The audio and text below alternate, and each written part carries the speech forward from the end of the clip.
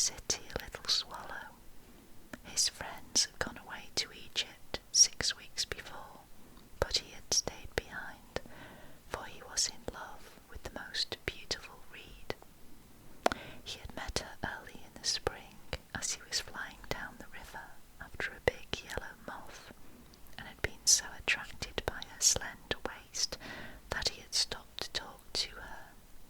"Shall I love you?" said the swallow, who liked to come to the point at once, and the reed made him a low bow, so he flew round and round her, touching the water with his wings and making silver ripples. This was his courtship, and it lasted all through the summer.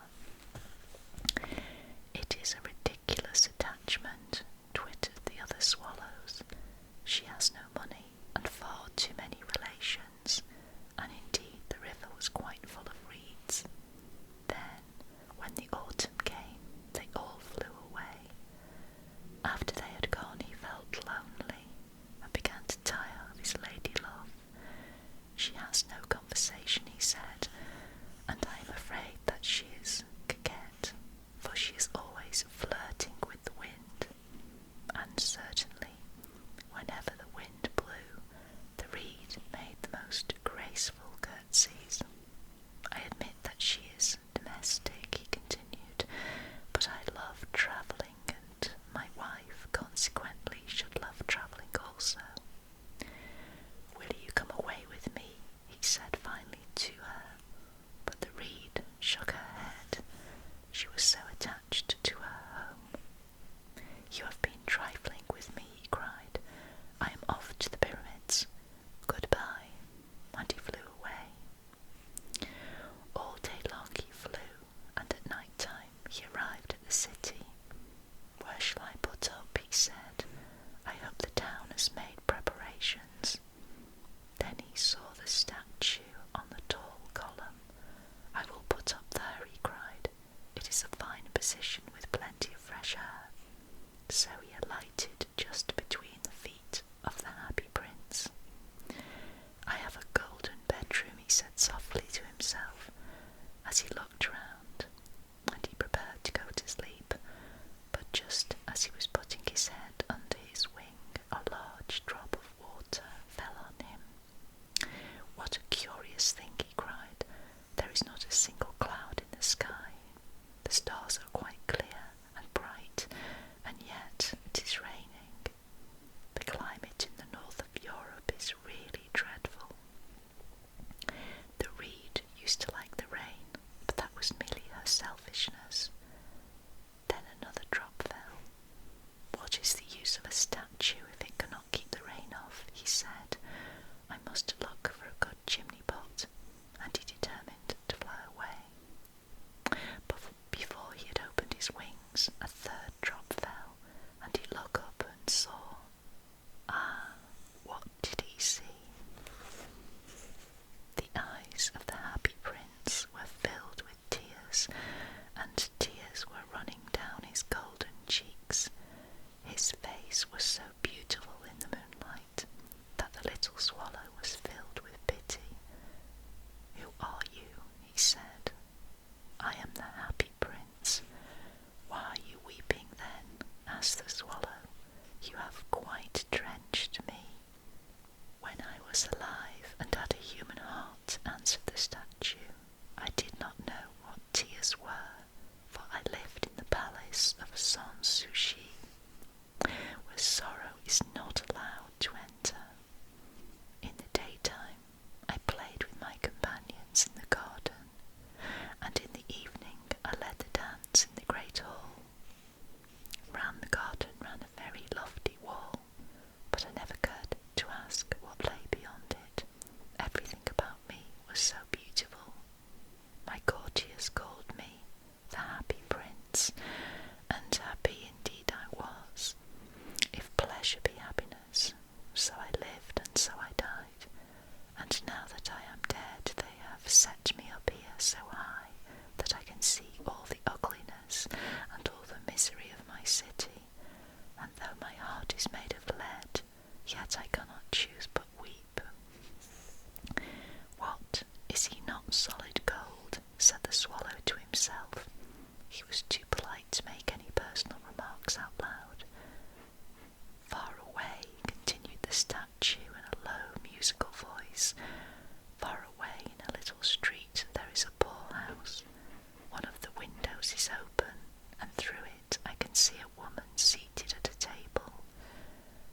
face is thin and worn, and she has coarse red hands, all pricked by the needle, for she is a seamstress.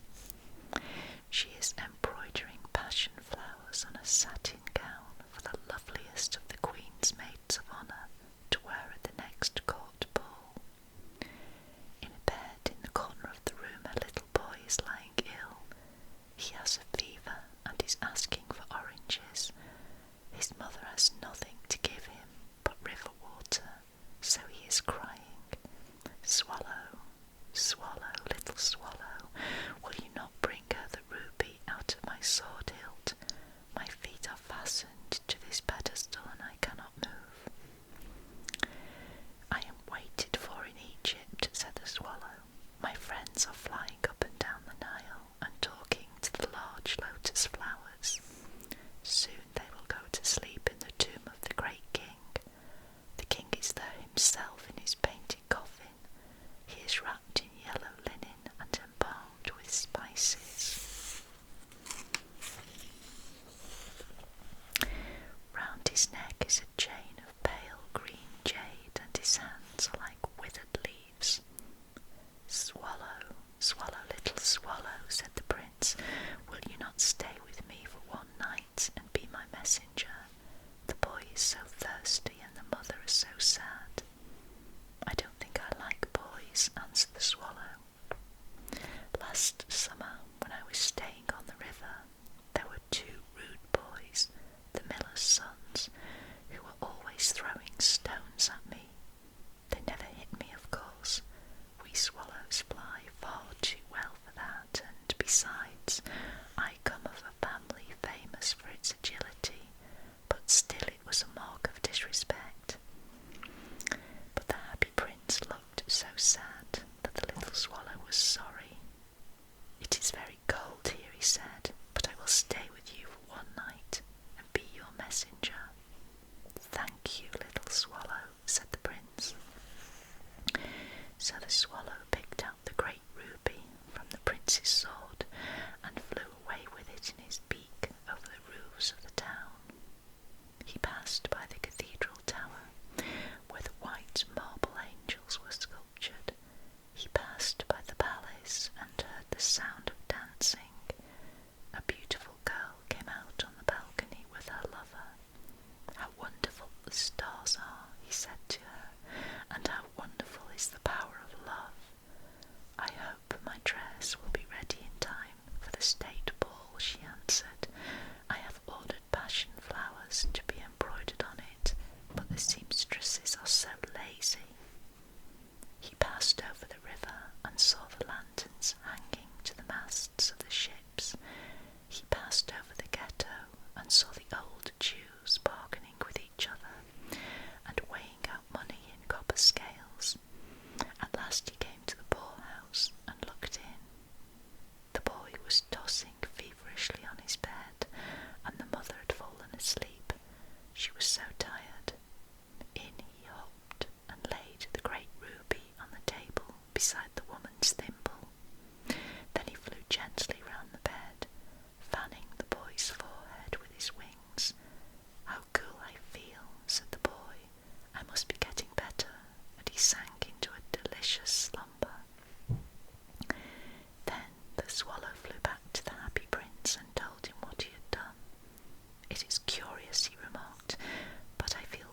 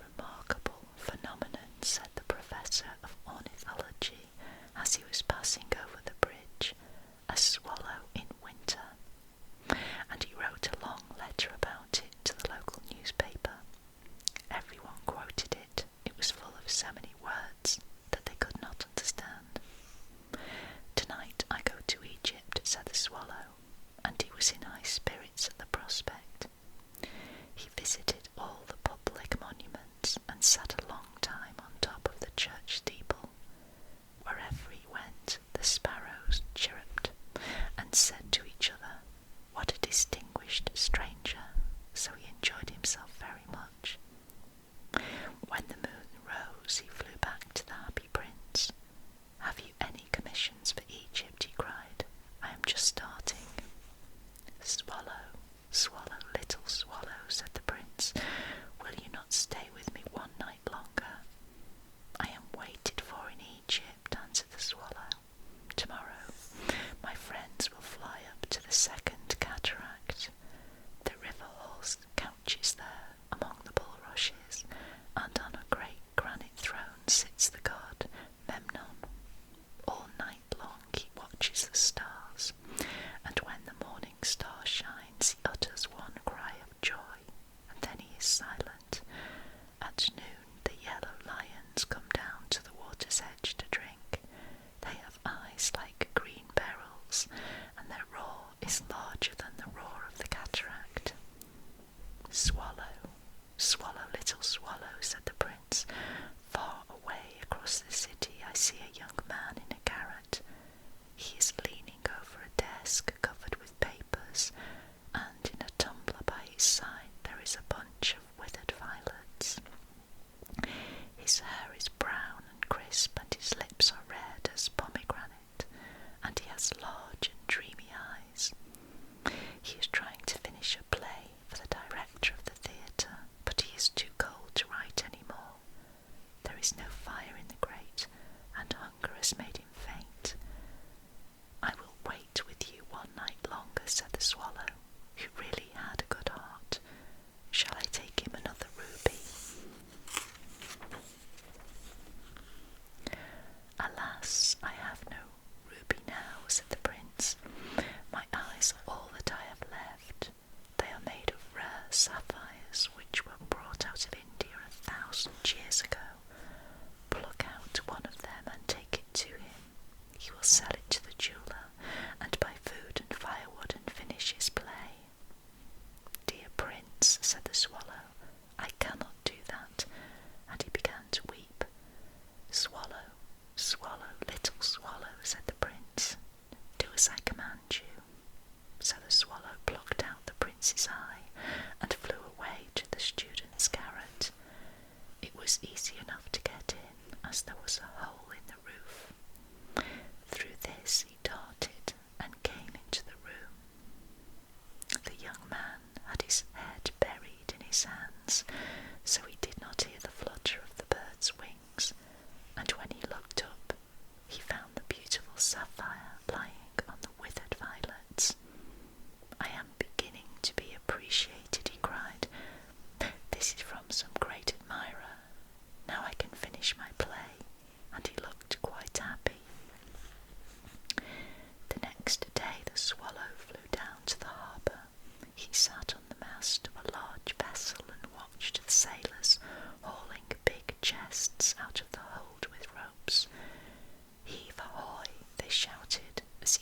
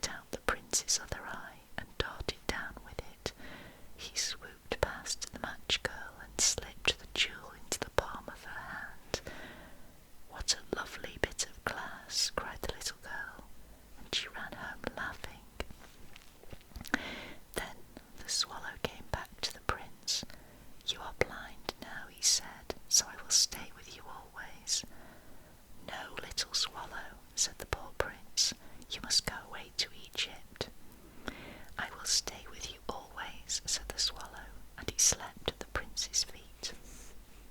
All the next day he sat on the prince's shoulder and told him stories of what he had seen in strange lands.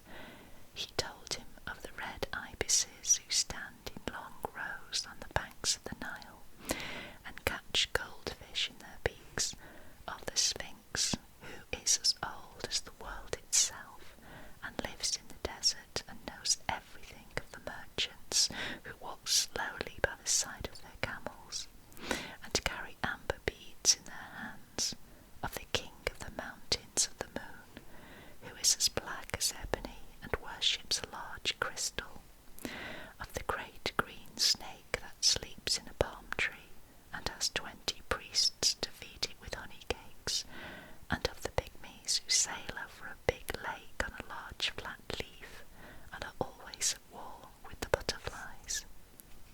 "Dear little swallow," said the prince, "you tell me of marvellous things, but more marvellous than anything is the suffering of men and of women. There is no mystery so great as misery.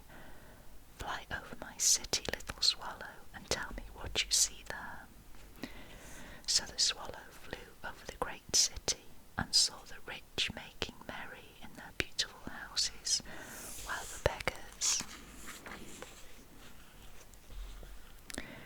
were sitting at the gates. He flew into dark lanes and saw the white faces of starving children looking out listlessly at the black streets. Under the archway of a bridge, 2 little boys were lying in one another's arms to try and keep themselves warm. "How hungry we are," they said. "You must not lie here," shouted the watchman, and they wandered out into the rain. Then he flew back and told the prince what he had seen. "I am covered with fine gold," said the prince.